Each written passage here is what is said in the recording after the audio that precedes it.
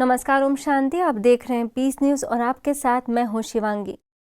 Bulletin की शुरुआत करते हैं, लेकिन उससे पहले देखते हैं आज की हेडलाइंस। भारतीय न्यूज चैनल रिपब्लिक टीवी पर बोली राजयोगिनी बीके जयंती। वर्तमान समस्याओं का एकमात्र समाधान आध्यात्मिकता का विकास। चैनल के editor in chief Arnab Goswami ने पूछा मौजूदा समस्याओं के समाधान के उपाय। टीवी डिबेट का आयोजन। संस्थान के मुख्यालय में इंदौर हॉस्टल की छात्राओं ने दिखाया अपने हुनर का जलवा। लॉकडाउन के दौरान स्वोन्नति के प्रयासों की सुनाई कहानी। वरिष्ठ पदाधिकारियों ने दी अपनी शुभकामनाएं। चेन्नई की पुझल सेंट्रल जेल में द ग्रेजुएशन डे के मौके पर कार्यक्रम। अन्नामलाई यूनिवर्सिटी और ब्रह्मा कुमारीज के शिक्षा प्रभाग का संयुक्त आयोजन। स्नातक कैदियों को श्रेष्ठ मार्ग पर चलने के लिए किया प्रेरित। और लेस्टर के हार्मनी हाउस में एटीट्यूड एडजस्टमेंट विषय पर ऑनलाइन टॉक। बीके गायत्री ने रोजाना राज्यों का अभ्यास करने पर दिया जोर।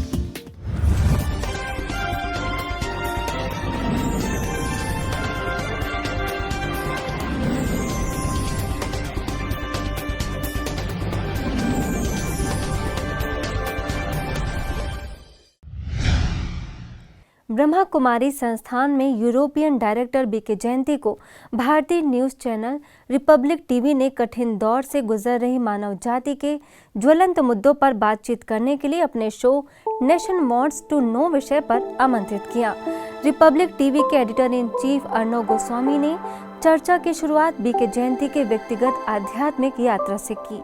I want to start with your own personal journey to embarking on spirituality and your association with Brahma Kumaris, which has been a profound one. May I begin by asking you what propelled you towards spirituality so we can get to know a little bit about your background. You've been a spiritual guru for over 50 years and you've spoken about how your change in surroundings from Pune to London where you grew up made you aware of the fear within and you drifted towards spirituality. Could you share with our viewers a little bit more? I was very fortunate in that my mother and grandmother were both very closely connected with the Brahma Kumaris, and so I met Dadi Janki, who later became the head of the Brahma Kumaris. I met her at a very early age, and even though I'd live in London, we'd come back to India and I'd be meeting with her, and also actually the founder of the organization, Brahma Baba. But it was a relationship of great love and respect, but not really an understanding of anything more than that. And then I decided I'd spend some time in India getting to know my roots. And when I did that, after a few months, I decided I'd just find out what the Brahma Kumaris were saying. And so it was curiosity. चर्चा का यह सिलसिला अर्णव के इस प्रश्न पर समाप्त हुआ कि आध्यात्मिकता किस प्रकार से प्रत्येक मानव को लाभ पहुंचा सकती है और आप मानवता के भविष्य को किस प्रकार से देखती हैं।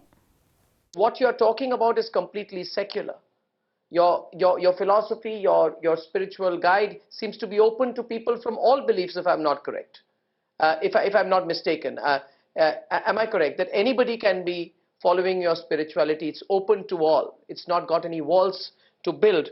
And I think this message of inner spirituality becomes more relevant in the difficult times that we are. So I want you to talk a little bit more about the relevance of the Brahma Kumari philosophy, spirituality, to heal the wounds of the world at large. I'm thinking about the situation where, in India we would use this word Kali Yuga, the dark age, the iron age, the age of darkness. Well, that's now changing.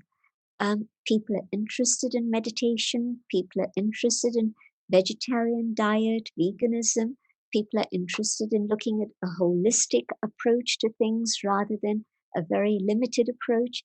And these are things that people are interested in across the world. Yes, the Brahma Kumaris started in India, and India is our home base. And of course, we serve India. Every village is being served, not just the cities. But the knowledge is universal. It's knowledge which is applicable to every human being. And so Brahma Kumari centers now exist in over 120 countries. Lockdown इतिहास का वो दौर जिस दौर में लोगों की जिंदगी थम सी गई, मन तनाव और भय के साए से निकला ही नहीं, स्वोन्नति में विराम लग गया। ऐसी विकट परिस्थिति में इंदौर का एक स्थान ऐसा भी था जहां हर समय का लोगों ने सदुपयोग किया। जी हां, हम बात कर रहे हैं इंदौर के दिव्य जीवन कन्या छात्रावास यानी शक्ति निकेतन की, जहां कुमारियों ने अपना एक एक पल अपनी स्वोन्नति के प्रयास में गुजारा। आइए सुनते हैं ये कहानी उन्हीं की जुबानी। हम सभी कुमारियां प्रातः 4 बजे उठ जाती थी और 6 बजे तक परमात्मा की दिव्य स्मृति में बैठती थी। कुमारियों के आत्म उत्थान के लिए योगाभ्यास सीनियर बहनों द्वारा रुचिपूर्ण ढंग से करवाया जाता था। तत्पश्चात नित्य कर्म आदि करके हम सभी स्पिरिचुअल क्लासेस के माध्यम से अपने अंदर शक्तियों को अर्जित करते थे।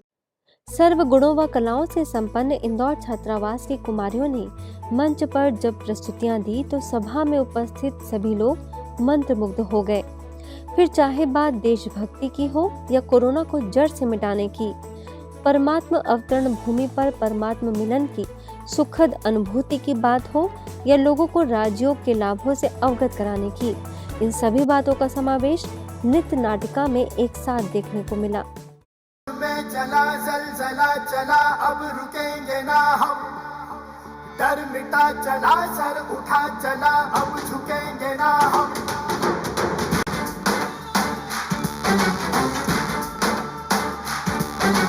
जोश में चला ज़लज़ला चला अब रुकेंगे ना हम, डर मिटा चला सर उठा चला अब झुकेंगे ना हम।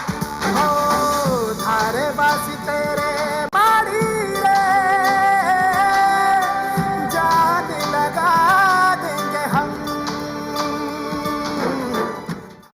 इस कार्यक्रम का समापन संस्थान के कार्यकारी सचिव बीके मृत्युंजय, कार्यक्रम प्रबंधिका बीके मुन्नी, रायपुर की क्षेत्रीय निदेशिका बीके कमला, इंदौर जोन की मुख्य समन्वयक बीके हेमलता के शुभकामना संदेश के साथ हुआ। कहीं न कहीं भी जाता हूँ, हॉस्टल में पढ़ने वाले बच्चे बहुत अच्छे अच्छे टीचर्स बने हुए, बहुत सेंटर संभालने वाले।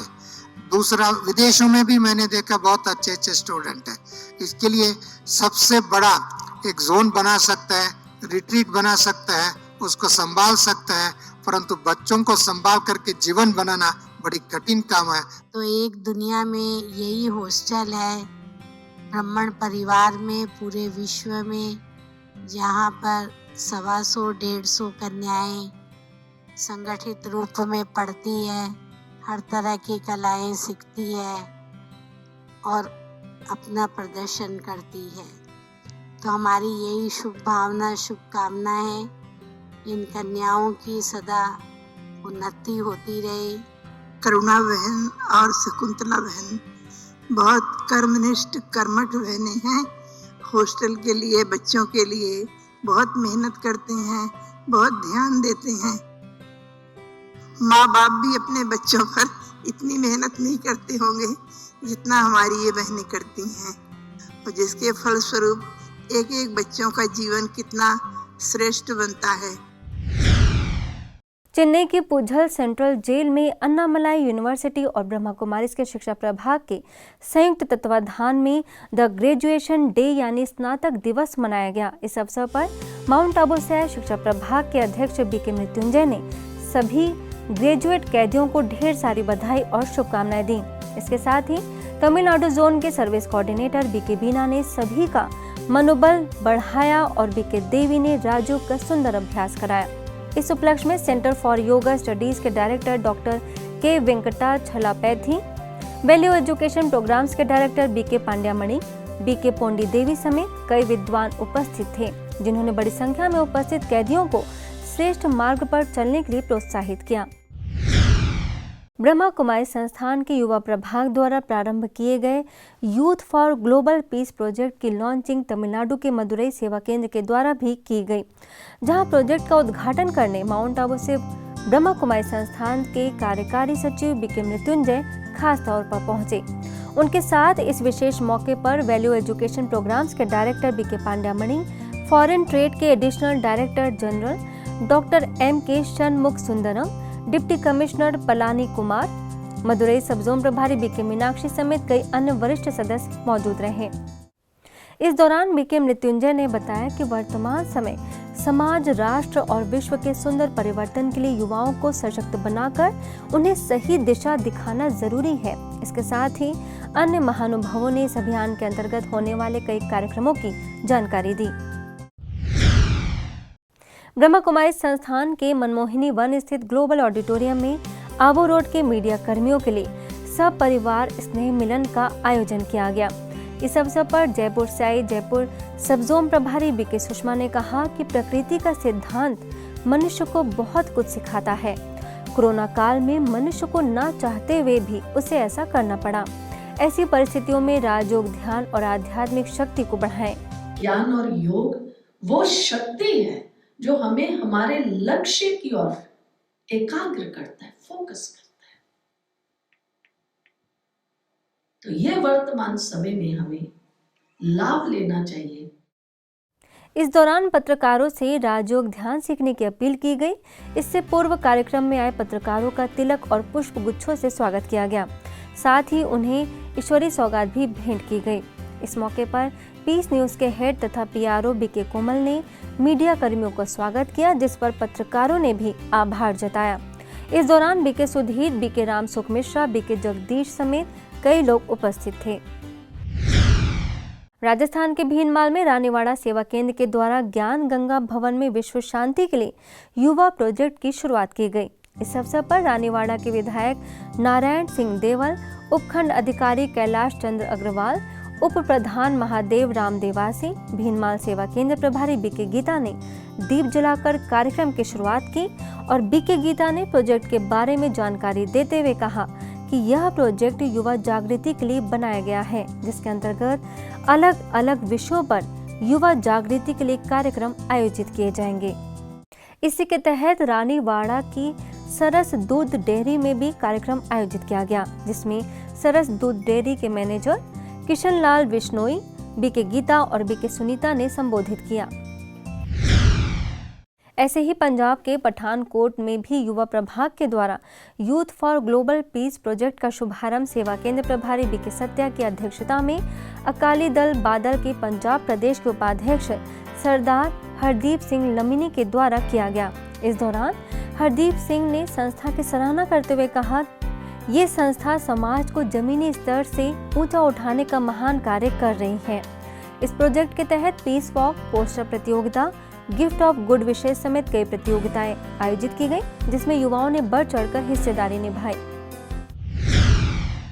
वहीं नेपाल में बीरगंज के उप सेवा केंद्र जीतपुर में राजयोग कार्यक्रम का आयोजन किया गया, जिसमें सब जोन प्रभारी बीके रवीना, सेवा केंद्र प्रभारी बीके रेणु समेत अनेक सदस्य उपस्थित रहे और सभी ने मिलकर योगाभ्यास कर विश्व में सुख शांति के प्रकंपन फैलाए। इसके बाद बीके बहनों ने लोगों को संबोधित किया और अपना समय, श्वास और संकल्प को सफल करने की बात कही। तनाव मुक्त जीवन का आधार राजयोग विषय पर महाराष्ट्र के नेसरी उपसेवा केंद्र पर पत्रकारों के सम्मान में विशेष कार्यक्रम आयोजित किया गया, जिसमें आजरा सेवा केंद्र प्रभारी बीके संध्या और स्थानीय सेवा केंद्र प्रभारी बीके माधुरी ने सकल के पत्रकार गणेश बुरुड़, न्यूज चैनल संपादक संजय पाटिल समेत अनेक पत्रकारों की उपस्थिति में तनाव से मुक्ति पाने के मंत्र बताए। उनका कहना था कि अगर हम हर परिस्थिति में सकारात्मक भाव रखते हैं तो बहुत हद तक तनाव की स्थिति से बचा जा सकता है। अब खबर अंतर्राष्ट्रीय जगत की।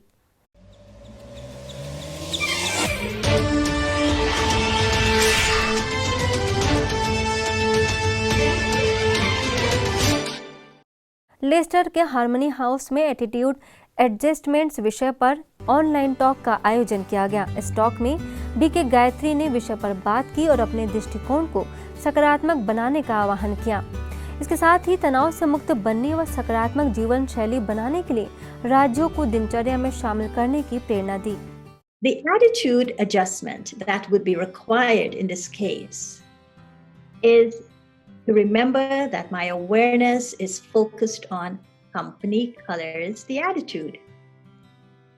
So the attitude adjustment is to connect to people who are optimistic and grounded in life. आज के बुलेटिन में बस इतना ही और खबरों के साथ हम फिर होंगे हाजिर।